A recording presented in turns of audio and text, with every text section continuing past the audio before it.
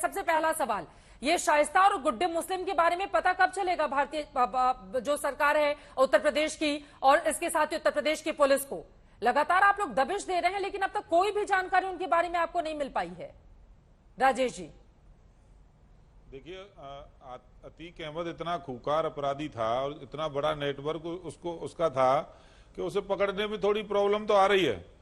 और असद भी उसी तरह से पकड़ा गया, पुलिस के मुठभेड़ में मारा गया। जल्दी ही शाइस्ता भी गिरफ्तार होंगी, गुड्डू मुस्लिम भी गिरफ्तार होगा। एसआईटी से कोई बच नहीं सकता। उत्तर प्रदेश की जो एसआईटी है सक्षम है और ठीक प्रकार से उत्तर प्रदेश पुलिस काम कर रही है। आपको शीघ्र ही परिणाम देखने को मिलेगा कि अपराधी कानून के शिकंजे में होंगे। वो शीघ्र दिन कब आएगा, इसी का इंतजार पूरा देश इस वक्त कर रहा है। अनुराग भदौरिया जी, लेकिन आपके पास आते हुए, चूंकि अतीक समाजवादी पार्टी का सांसद रहा, विधायक रहा, इस वजह से आपसे ये सवाल है, जैसे जैसे जांच आगे बढ़ी है नए नए खुलासे हो रहे हैं और बड़ा खुलासा ये हुआ है कि बकायदा इलाहाबाद में, प्रयागराज में वो मुस्लिम बाहुल्य क्षेत्र बनाना चाहता था और इसके लिए उसकी बड़ी तैयारी भी थी। राजनीतिक संरक्षण में ये बड़ी जानकारी निकलकर सामने आई है। डेमोग्राफिक चेंज चाहता था अतीक अहमद और बड़ा नेता इसके जरिए बनना चाहता था मुसलमानों का। तो इसके मतलब उत्तर प्रदेश की जो इंटेलिजेंस डिपार्टमेंट है तो फेलियर हो गया। 6 साल से उन्हें पता ही नहीं चला। अब मौत हो जाती है तो पता चलता है। तो इसके मतलब पुलिस कर क्या रही थी इतने दिनों से? कमाल की बात है भाई। मेरी चिंता दूसरी है। मेरी चिंता यह है कि जिस तरह पुलिस कस्टडी में अतीक और उसके भाई को मार दिया जाता है, वो 3 जो बदमाश आते हैं जिनकी उम्र 23-24 साल की है और वो मार देते हैं। उनकी आप हिम्मत देखिए, कितनी बड़ी हिम्मत है। और फिर बाद में पुलिस में कहते हैं कि मैं लॉरेंस बिश्नोई के पदचिन्हों पे चलना चाहता हूं। तो मेरी चिंता तो दूसरी है। क्या उत्तर प्रदेश का युवा अब उसके लिए लॉरेंस बिश्नोई ज्यादा मायने रखते हैं? तो क्या हम उत्तर प्रदेश के युवाओं को किस रास्ते पे ले जाना चाहते हैं? ये जो उत्तर प्रदेश में अपराध की फैक्ट्री जो शुरू हो गई है, इसको खत्म करने की जरूरत है। अपराधी को खत्म करने से अपराध खत्म नहीं होगा, क्योंकि उनके अंदर मानसिकता कैसे आ गई है। पहले मानसिकता डॉक्टर इंजीनियर बनने की होती थी। कोई यहाँ पे बनना चाहता था, सचिन तेंदुलकर बनना चाहता था, कोई साइंटिस्ट बनना चाहता था, कोई स्पोर्ट्समैन बनना चाहता था। आज यहाँ पे किस तरह का माहौल बन गया है उत्तर प्रदेश के अंदर में? क्या इस तरह के लोगों के अंदर में आएगा कि हम ये बनना चाहते हैं? ये मेरे लिए चिंता का विषय है। और मैं तो कहूंगा कि भाई आप इस पे कार्रवाई कीजिए, किस तरह से इसको रोका जाए। क्योंकि अरे चुप कराओ इनको, ये नेशनल टीवी पहली बार बैठे बीच में बोल रहे हैं। भाई इनको चुप कराइए, ऐसे नहीं होगा। व्यक्तिगत टिप्पणी नहीं करेंगे प्लीज अनुराग भदौरिया जी। आप भी कभी पहली बार ही बैठे थे, ठीक है ना? अनुराग भदौरिया जी, हम लोग भी पहली बार ही कभी बैठे थे, तो इस तरह की हल्की बयानबाजी से बचे मेन मुद्दे पर आते हैं। प्लीज इससे ठीक है, ओके राजेश जी, मैंने टोक दिया है उनको, बोलने दीजिए। ओके, मैंने बोल दिया है। प्लीज ठीक है, आराम से, बिना व्यक्तिगत टिप्पणी के मेन मुद्दे पर रहते हैं।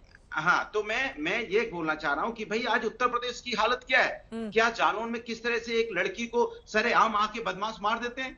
तो किस तरह से युवा जा रहा है, किस रास्ते पे जा रहा है? अभी जिस मुद्दे पर आप डिस्कशन करने के लिए बैठे अनुराग भदौरिया, उसी पर रहते हैं ना। देखिए किसका राजनीतिक संरक्षण उसको प्राप्त था, कैसे वो फला फूला, उसके अंदर इतनी हिमाकत और हिम्मत कहां से आ गई कि लगातार वो लोगों की जमीन को ऐंठता रहता था, लोगों को डरा धमकाकर उनकी जमीनों को अपने हिस्से में कर लेता और उसके बाद वहां पर अपने लोगों को बिठाकर बड़ा नेता बनने के लिए पूरी की पूरी कोशिश की जा रही थी। उसी पर रहते हैं, आप इधर उधर मत जाइए। और युवा भटक रहा है क्या? जो अपराधी है वो अपराधी है, युवा क्या?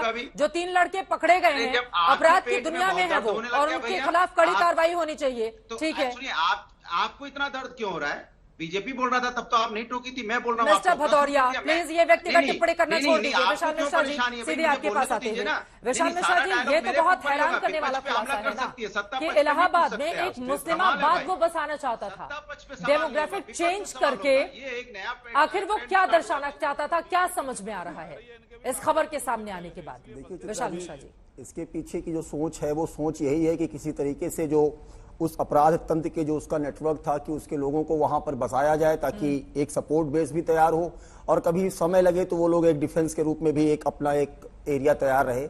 उससे तो ऐसा ही प्रतीत होता है। लेकिन समाजवादी पार्टी से मैं पूछना चाहता हूं, अभी कह रहे थे कि युवा, जरा स्टेटमेंट तो देखिए, इतनी संवेदना एक अपराधी के मारे जाने को लेकर, एक अपराधी के द्वारा घटना को लेकर इस प्रकार की संवेदना व्यक्त करने की क्या आवश्यकता है? अपराधी अपराधी होता है मान्यवर।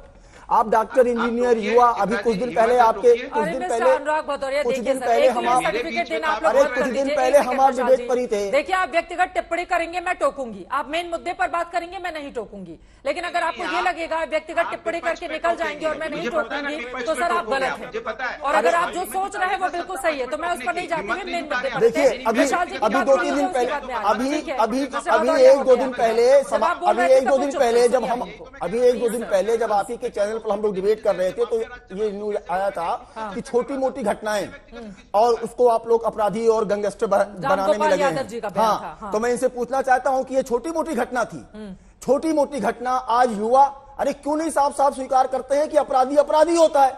लेकिन उनका भी नहीं। ये पूछना जायज है ना कि ये मुस्लिमाबाद बसाना चाहता था, ये उसके मरने के बाद आप लोगों को कैसे पता चला? पहले से जो इंटेलिजेंस फेल्योर, क्या इसको नहीं माना जाएगा? चित्रा जी, अगर इतना बड़ा षड्यंत्र उसकी ओर से रचा जा रहा था, वो भी साबरमती जेल में चित्रा जी, कम से कम ट्रायल शुरू हुआ। वर्तमान मुख्यमंत्री माननीय योगी आदित्यनाथ महाराज जी के नेतृत्व में तो चीजें सामने तो आई। समाजवादी पार्टी से मैं पूछ रहा हूं क्यों नहीं ट्रायल शुरू किया था? बताइए, आपने क्यों 100 से अधिक मुकदमे वापस करवा दिए थे? पूछिए ना इनसे। लेकिन आप इतिहास देखिए, आप इतिहास, संकट मोचन मंदिर, बाबा काशी विश्वनाथ मंदिर पर हमला करने वालों के मुकदमे वापस लेने की पैरवी करते हैं। पूछिए न्यायालय ने कौन सी फटकार लगाई थी? ठीक है, मैं पूछ ये तो मानसिकता रहती है। ऐसे मुद्दे पर प्रयागराज पर ही रहते हैं, प्रयागराज पर ही रहते हैं। अनुराग जी, उनके सवालों का जवाब दीजिए, उसके बाद वारिस जी मैं आपके पास आती हूं। ठीक है, ओके। जो आईपीएस ऑफिसर्स आतंकी अपराधियों को पकड़ते थे, उनके अब बोलने देंगे, इतना जवाब मिलेगा। ठीक है, अब बोलने दीजिए। अनुराग भदौरिया जी, जवाब दीजिए। बताइए आप मुझे टोकिएगा सर, अब हो गई आपकी बात। विशाल मिश्रा जी, अब हो गई आपकी बात, उनको जवाब देने दीजिए। अब उनको जवाब देने दीजिए। अनुराग भदौरिया, 100 से अधिक मुकदमे वापस लेते थे। देखिए कमाल का अरे चुप कराइए भाई, ऐसे डिबेट होगी क्या? चित्रा जी, आप मेरे ऊपर इतना बोलते हैं, मैं उठ जाऊं क्या डिबेट से? अब आप बोल रहे, आप उन पे बोल के दिखाइए ना, सीख के दिखाइए। चित्रा जी, सीखिए उनके ऊपर में। विशाल जी, अपराध नहीं दिखता था। विशाल जी प्लीज। जब कोतवाली में ताला लगवा दिया जाता विशाल जी, फिर तो अब मुझे आपकी भी और अपना दोनों को ऑडियो डाउन करवाना पड़ेगा। विशाल जी, थोड़ा सा धैर्य रखें प्लीज। ठीक है, ओके, अब आप नहीं बोलेंगे, उत्तर सुनने का धैर्य भी दिखाइए। विशाल मिश्रा जी बोलिए। अनुराग भदौरिया जी, देखिए कमाल की बात है, सरकार किसकी है? भारतीय जनता पार्टी की। भारतीय जनता पार्टी के समय में उमेश पाल, जब समाजवादी पार्टी की सरकार थी, कोई छू नहीं पाया, और भारतीय जनता पार्टी की सरकार में दिन दहाड़े हत्या कर दी जाती है। दोष किस पे दिया जाता है? समाजवादी पार्टी पे। अरे समाजवादी पार्टी विपक्ष का धर्म निभाते हुए हमने सदन के अंदर भी उठाया, सदन के बाहर भी उठाया कि दिन दहाड़े हत्या कैसे हो गई, इसका जवाब देना है आपको। उसी के बाद किस तरह से हत्या हो जाती है, अतीक अहमद उसके साथी की हत्या हो जाती है पुलिस कस्टडी के अंदर में। हम सवाल उठा रहे हैं कि उत्तर प्रदेश संविधान और न्यायपालिका चलेगा कि गोली का जवाब गोली से चलेगा? ये बताइए। आवाज नहीं आएगी प्लीज। गोली का जवाब गोली से होगा? ठीक है, ठीक है, एक बार उनको बोलने दीजिए। ठीक है, उनको सुन तो लीजिए, पहले सुन तो लीजिए, पहले सुन लीजिए, उसके बाद अनुराग जी बोलिए। चित्रा जी, ऐसे लोगों को मत बैठाया करो, बहुत दिक्कत होती है डिबेट करने में। आप मुझ पे चिल्ला सकती है लेकिन उन पे नहीं बोल सकती है। उनको तो आप कह रही है शांत हो जाइए, शांत हो जाइए। शांत होने वाले हैं? ऐसी डिबेट होगी क्या? जब मैं बोलता हूं बीच में आवाज आने लगती है, मैं या तो बीजेपी का बोलने लगता है या आप बोलने लगोगे। तो बताएं कि समाजवादी को फिर बुलाते क्यों आप? देखिए, मैं आपको कह रहा हूं, मैं आप फिर नहीं बोले, मैं आपसे कह रहा हूं कि जिम्मेदारी सरकार की होती है, क्योंकि सत्ता में सरकार है। अब सवाल सरकार से पूछा जाना चाहिए कि पुलिस कस्टडी में मौत कैसे हो जा रही है? क्या न्याय अब रोड पे होगा? एक बदमाश दूसरे बदमाश को मार के न्याय देना चाहता है उत्तर प्रदेश के अंदर में, और उस पे आके हम इनके मंत्री के क्या क्या बयान आते हैं। कोई कहता है ऊपर वाले का न्याय है, कोई कहता है कि भाई जो करता है वो यही भोगा जाता है। क्या इन शब्दों को इस शब्दों को बोल के आप क्या मैसेज देना चाहते हैं समाज के अंदर में?